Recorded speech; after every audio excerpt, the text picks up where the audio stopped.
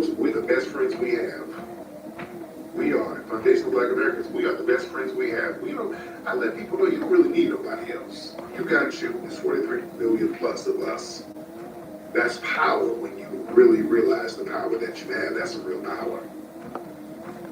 Because let's keep it above. Ain't no who's really helped us collectively. I ain't talking about one or two people here. I mean, who's really, really helped us? For real, for real. If we're gonna be honest, we've always had to do the heavy lifting. And just like this Tether just tried to call earlier, we talking about hidden colors. Who bought your movies the most? Who supported your movies? Black Americans. No year there was Africans. No, you didn't. No, it wasn't. There was some people. Shout out to the UK and black people in Britain. It's not enough of y'all there. It's not enough of y'all there to really support like that. Y'all supported. The support came here.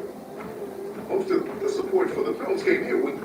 Man, y'all been to some of the screenings? Y'all seen the lines around the corner? This was here. There were lines around the corner in LA. Lines around the corner for all of the films in New York. We were selling out theaters all over the country. Yeah, we got a lot of love in the UK. We got a lot of love in Amsterdam. But yeah, most of it was here. Just like with music artists. Music art first, you go platinum here. This is where you go platinum here. Then you start moving units overseas. Like even my Meat Slide records, we did big overseas too. So we got a lot of support there, but most of the big numbers were coming over here. Hey family, you all need to come down to the Hidden History Museum on Saturday, October 4th, 2025 for the Funny Fall Fest Comedy Mixer. It's hosted by Tariq Nasheed.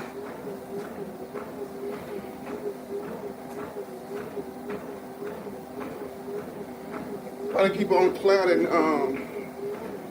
that him movie. I thought it was alright. It wasn't that bad for me. I fell asleep on the end.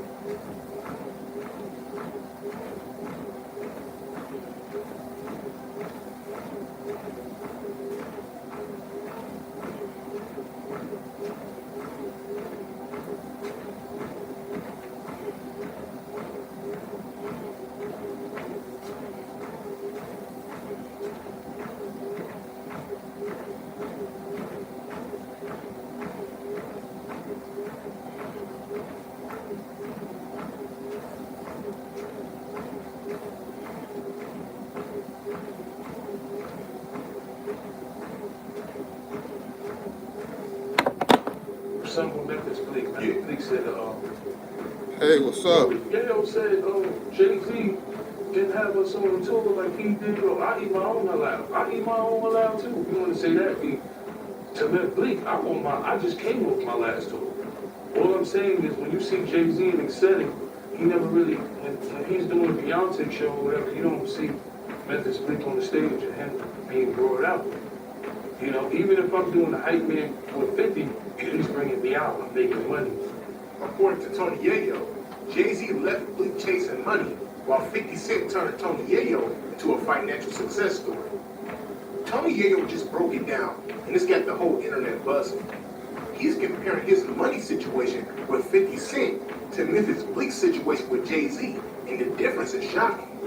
We're talking about wealth, debt, investments, financial security, all the things that separate somebody who builds long-term stability from somebody who's still waiting for a payday. Yayo's story hits because he's not talking about theory. He's talking about real life, real cash flow, and real business opportunities. He explains how 50 Cent set him up with the kind of money moves that erases debt, pays off taxes, and creates financial freedom. Then he looks at Bleak's situation with Jay-Z, and you can hear the frustration that Bleak never got those same investments or business opportunities. This isn't just about music anymore. It's about building wealth that lasts for decades. Yayo makes it clear that being loyal isn't enough. You need the right partner who's going to give you access to business deals, steady income, and investments that grow. That's where the financial gap starts showing between what 50 Cent did for G-Unit and what Jay-Z didn't do for Memphis Bleak. Again, this is according to Tony Yayo, and you got to hear this for yourself. Now I'm about to play this clip for y'all, but before I do, I just need you to like, leave your thoughts down below in the comment section, and subscribe. Let's get into it. Not doing that one song and you talking about we gonna make him a stomach. He got a TikTok page. I'm lit. But back then, You really had to be lit. the whole album, For sure. the whole mixtape, Jay-Z, Hard Knock Life, Nas, Magic. You know, like, come on. That shit had to be lit. But niggas even fuck. Even Little Kim at Foxy. Let's keep it real. Like, I can't take nothing from them. Even though they was beefing, that shit was like, they was coming with records, beats. Like, I remember when Biggie, when he said that one line, get off my dick, kick it. You know, when he said that Lil' Kim came in, doom, doom. Even the beats to me was better. Man. When you listen to beats, like when you listen to Life After Death and shit like that, and Kid Richard Not Trying or Illmatic, to me the beats was like totally different. Not taking that from what the producer's doing now and the sound now, because I listen to everything. Yeah. You know, I listen to Future, Gunna, you know, everybody. But to me, the beats back then was different. Yeah. A Swiss beat, a Timberland beat, you know what I'm saying? You know a Timber. Dre beat. Who else? Scott Storch beat. It was just like, come on. And that shit. What's that up? kind of What's up, music, people? like, What's up? We 30 years in the game and we still touring. Like I just said, we just came back on tour. Yeah. You know, we're fit. We still touring. Still. And I do my own tours too for people.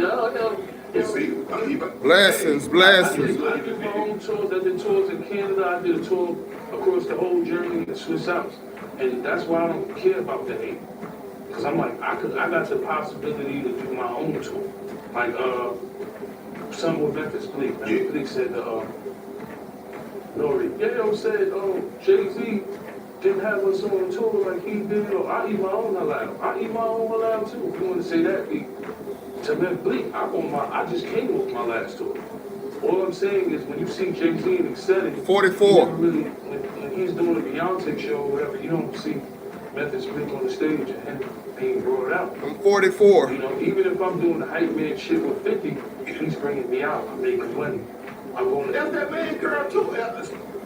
That's it. That's a whole white tour. Yeah, that's whole white too. So if Hov, I believe if Hov was out on his own, he would bring Bleak out. There's no need for him to bring Bleak in a situation where it looked like this was last tour you're talking about with the Cowboy Carter. Right. Yeah. So to me, because I look at Bleak as a loyal guy, like I'm a loyal guy for Chick. But I look at like Finn, my guy Hervé. One day we had a TRL, and it's the Young Guns there. Yeah. And I'm talking him out. And Hervé says loud, you don't gotta worry about nothing. You got 50. Jay-Z doesn't do nothing for these guys like 50 guys. And Hervé, I think he worked with them too. But he said that to me, and I always stuck in my head. Rest in peace to him.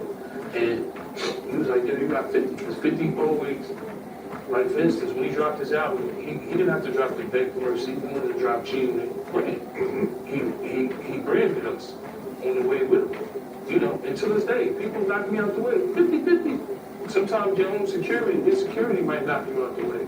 Or people might knock you out the way. Okay. I'm never going to feel a way about celebrity. As long as I'm dead and I'm getting what I deserve, you know, everybody can't be Beyonce. Everybody can't be Jay-Z. Yeah. Everybody can't be Nas. Everybody can't be Snoop. Everybody can't be Dre. Some of them might be, who had Tupac? The Outlaws. Yeah. That's how I always looked at it. Like, you got 50, you got Genie. You got Tupac, you got the Outlaws. You got Snoop, you got Dog Pound. Right. It's cool. It's levels to the shit. It's cool. You know, it's just, you want to always outdo you. You got Lynch Mob. Yeah, Lynch Mob. It's cool. Everybody can't be Ice-T. You know? Well, you about to get in trouble again because they say 50 gave you a meal, gave you a ticket. And you got out. Yeah. I lived in That's Madison nice. Park. That's I nice. used to come out my apartment, see the Statue of Liberty, you know. Damn. A lot of, look, when you look at a lot of rappers where they died, in their hood. Nipsey was doing a good thing for the community, right? But he died in his hood. It's crazy. Stack Bundles, good rapper, one of the best rappers ever, but he died in his hood. Freaky Ty, grew up with him watching, dope rapper, but he died in his hood. 50 Cent showed the blueprint of how money and loyalty can go hand in hand in this business. What stands out to me about Tony Yayo's story It's not just that he feels financially stable with 50. It's that he's using words like investment, stability, and wealth. That shows growth. In hip-hop, we always hear about the chains, the cars, and the flexing. But Yayo's out here talking about financial freedom. This whole comparison between Yayo and 50 and Blig and Jay-Z doesn't have to be about who did more or who did less. I look at it as two different styles of leadership. 50 Cent invests in the people around him. He brings them into business opportunities, helps them tour, and puts them in positions to build wealth. That creates a long-term financial cushion. On the other side, Jay-Z is running his empire differently. His approach to money, taxes, and investments might not filter down the same way, but it doesn't take away from the fact that both of these guys build billion-dollar platforms that show what's possible. I think the bigger message is this. You can't depend on any one person to save your financial future. That's a Whether you fucking got fact. somebody That's a putting you fact. on, like Freaky did with Yayo, or you're trying to figure it out on your own like Bleak, you have to educate yourself on business. You have to know how to turn opportunity into real financial. How we know Bleak didn't put That's himself how you avoid the pitfalls. in that position? That's how you create wealth. And that's how you make sure your kids never have to struggle the way you did. I respect Yayo for keeping it real, because most rappers don't admit the truth about money. They don't talk about the financial side because it's not glamorous. It shows that hip-hop isn't just about music anymore. It's about business. It's about generational wealth. It's about building something that lasts when the music stops. Now, personally, I do believe that Jay-Z has done a whole lot for Memphis Bleak. Maybe not as much as 50 has done for It don't matter. It don't effing matter, man. He has put money in his pockets, in my opinion. But at the end of the day, I see this as a positive thing. Because we need more artists to speak openly about finances. We need to hear about how they invest, how they avoid debt, how they handle taxes, and how they protect themselves from financial mistakes. That's how the culture grows. That's how fans learn. And that's how the next generation won't chase fame, but will also chase financial stability. So salute to Tony Yayo for sparking this conversation. Salute to 50 Cent for showing how you mix loyalty and business. And salute to Memphis Bleak for staying solid through it all. We can take lessons from everybody involved. Now I want to hear from y'all. Do you think loyalty in hip-hop should come with money and investments? Or should it just be friendship and respect? And do you believe artists today are doing enough to teach financial literacy to their crews and their fans? Let me know y'all thoughts down below in the comment section. And make sure you like and subscribe. Peace.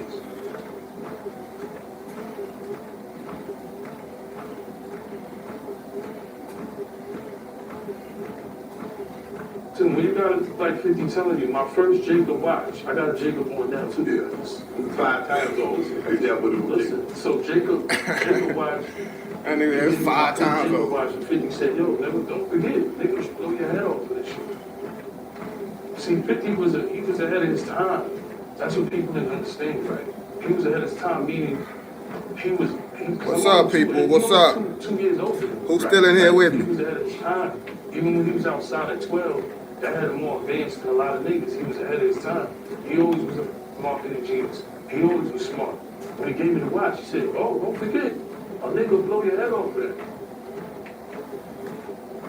That shit stuck in my head. Like, oh shit, yeah. well, you should have learned your lesson with that damn starter jacket. Yeah, I did. That's true. The starter jacket back in the day. So you know what they'll do for a Jacob. No, but for the Jacob, yeah, to remind me, because a lot of rappers, you know, that their jury, you know, some, you know, they feel like they'll die for their chain. Look at recipes, P&D Rock. Look, you know, they got him, he went to Waffle House in South Central. Yeah. Look at Pop Smoke. You know, you in Beverly Hills, but he was straight down the block. Yeah. It's a sad thing, but for me, I don't care about you. Hell no. It's insured. Yeah, give me a nice car, I'll jump out of that with nothing on. I don't care about it because I feel like at a certain point when you're an artist, your face is a Jew. Yeah. So niggas like Nipsey Hussle, face was a Jew. Pop Smoke, face was a Jew. P&B Rock, your face is a Jew. You don't even gotta wear jewelry. Niggas know who you are. But And if you don't wear it, niggas ain't gonna do shit to you. Right. They don't care, but now robbers know, oh, yo, that's a Richard Mille. Oh, shit, that's it. That's AP. Yeah, that's worth $150. Yeah, Oh, shit, yo, that's an order. Yo, they got, and you gotta think, you got niggas in the hood that, where they live, it's cheaper than that watch you have. Oh, sure. And it's like this everywhere, Philly, Chicago, New York. Because I just, for me, I'm to the point in life where I just don't hang out in certain places. Right. I'd rather hang out with my lawyer or something. Right. Go to dinner or go somewhere I don't need to bring a pistol. But 50 was telling us that years ago, like, yo, you don't need to go here. Yo, you don't need to go there. And we used to have hip-hop police on us. They used to jump us out the car, government name, grab us by our police. Hip-hop police was on us because we was the most dangerous rappers in the world. Don't let the industry fool you, because they always not G-ing it because of what we done. We got down with Eminem, my favorite white boy, and we met him. We got down with Dr. Dre, the West Coast nigga. We left New York. Yeah. That was the best deal ever. You know, and we took over the industry. We sold video games, we sold clothes, we sold sneakers, and we definitely sold records. Yes. You know, and a lot of people try to take shit away because we was the most hated. We was the niggas that was like, y'all events, your parties, your white party, this. 50 always been like that, so it made us like that. We always had to go militant, bulletproof trucks, vests. There was a time where, man, it was guns everywhere, man. 50 had, you know, the deal with Jam Master Jay. But 50 was to get money at the Benz and all that. So that's how he got to deal with Jay, because he was like 17 with Benz. Damn. You know what I'm saying? Damn. So Jay looking at him like, oh, this nigga. That's inspiring. Went around the hood. 50 was a crazy nigga. Like, everybody smoking, drinking, running around the projects. Like, what how you Got a different mission. I'm focused. Yeah, it's a different nigga. Like, he knocked niggas out in the hood, so yeah, he had a name. You know what I'm saying? Because he boxed. You know what I'm saying? But he had to deal with Jay. So from Jay to then, he went to Columbia, so I used to be with him all the time. And this nigga, Fifth was it. Like, Fifth was in the basement. I didn't even, you know, he was a hustler. I didn't know rapping. When he started rapping, shit was crazy. His first album he did, Power of the Dollar, still one of my favorite albums. Why does it seem like it's a natural progression from somebody that comes off the street and they go straight to the rap game? Remember when Biggie said you have a slim crack rock or you got a wicked jump shot? Those are your two choices, huh? Yeah, I mean, it was like music was an outlet. Like people, music is a way for somebody, you know, it was our get away from the hood. You running away from gun police, you running away from narcotics, you running away from, you know, bullshit going in the hood. You know, it's just like, it was our escape. And we started doing mixtapes and people accepted. That's why I shout to all the G-Unit fans. They rocked with us because what we did was solid. We had the streets. You know, back in the days, people wanted to beat up bootleggers. The bootleggers was our friends. Right. That's what I was saying with 50 marketing. People used to come up to me and beat up this bootlegger. He got your shit. And 50 like, why you doing that? They're the marketing team. Looking at him like, he turned out deals for millions. I used to be in these meetings. So, well, why you doing that? Nah, Faith, that's not to do. Because we ride around in a 19, I don't know what year this van was. We had a Buick with no AC. We got vests and guns on. Why you just turned down 1.5 million? Nah, yeah, that's not the deal. Was always smart, always ahead of his time. That's why people be mad. Yo, you always bitch at 50. 50 is the reason a lot of shit happened. But you know how shit is now. You can't even post a picture or say nothing good about a nigga. Well, people, Oh, you glazing. you watching 50 cars, you glazing. Well, we know he's gonna say 50 go big, 50 go good. But you know, he was the reason a lot of niggas' lives changed. And I'll never take away nothing from him or talk bad about him. Because, like I said, it's never him. Did you? So how old were you when you first met 50? Oh, I mean, 50 had to be like 12 years old. He was like the youngest on the block. So when I used to go to the store, when he was 12, I was 10. I'm thinking about Chuck Norris, Bruce Lee, Right. shit like that. You know, Transformers, He-Man, you know, little shit. Right. So you go to the store with my pops, you see the littlest on the block, 12 years old. And they have the rhinestone jacket that say boo with the high rise ones. It's a little kid. So he stood out. She was, like I said, 12 years old. Got a little on the block besides me. Nothing but old grown nigga. With a rhinestone jacket back in the days was the shit. Yeah. And the high-rise ring, you looking like, come on. The fuck? So is that from that basement when you go to your partner's house and his pop was cool with you guys smoking? Is that where G Unit was formed at? I would say that in a way, but not in a way, because 50 had to deal with Jim Master J. And then after he got shot, he came back, and, you know, me and him got together, and then I brought Banks to him. I brought Banks to him, because Banks was a little younger. Banks was younger than both of us. And then he just came with the blueprint, like, yo, we gonna do this. And y'all gotta go to the studio. So me, him, and Banks started going to the studio.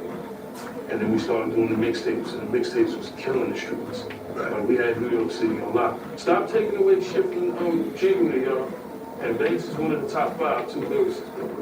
But we just had some shit, man. We was dropping, and people was loving it. Flip was just, he was just a natural writer. Banks, he just write bars for breakfast. You know, me, I think people respect my energy. I have bars, but I think people love my energy on stage and as well as his music. You know? Do you remember what you were doing the morning, mid-afternoon, late afternoon, when you got the call that 50 had got shot 9 times? Oh, no, I remember that. Yeah, I went right to his block. Like, I forgot who called me, but I went right to his grandmother's block, because he only lived 2 blocks away. You know, and you didn't hear anything? You didn't hear no commotion? I didn't hear no shots. I guess I got up late or whatever. And I walked to the block, and the block was cut off. Already fixed up. Yeah, it was cut off. And it was yellow tape there and shit. Mad yellow tape. I'm like, oh shit. I feel like I need my chapstick. But it was mad yellow tape on the block. So you couldn't even go down the block. You couldn't get to it. Yeah, you couldn't even get to it. You got light out, you got chapstick. Yo, so I couldn't get to it, and I went to the hospital. What's going on, Jamaica? That's Mary Macklin? Mary Macklin. That's the hospital that saved me. And I went in there, and, you know, it was mad, you know, people there, people we knew. And I was like, yo, what's going on? And he was like, 50 don't want to see nobody. And then later on down the line, I asked him, I was like, yo, why you never wanted me to see you? He was like, at that point, I couldn't see me in weakness. It would fuck your head up. Probably scared you. You know, because the niggas that he's dealing with, like Cream and them niggas ain't no, you know what I mean? They ain't no pushovers. So they real. It's real niggas, so.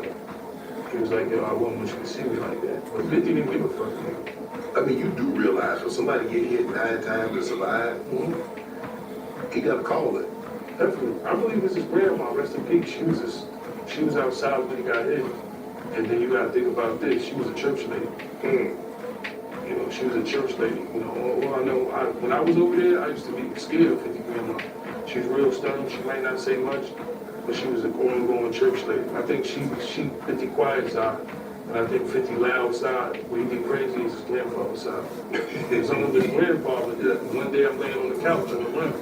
He was like, yeah, you gonna have to face that iron curtain someday. Damn. And I was like, I thought about being on the run. I'm like, damn. Keep my day up with that one. Yeah, rest in peace to grandpa. He fucked my day up with that one day. Did you think 50 would make it through this situation? I mean, Did they give you that? I mean, did the doctors tell anybody because you couldn't see him? But did the doctors come out there when he was talking to his grandmother and you happened to be around his grandfather and he said the prognosis doesn't look good? I mean, I didn't even know. I just remember saying he didn't want to see nobody. He was in the hospital for a while and everybody just left. How old was 50 at this time?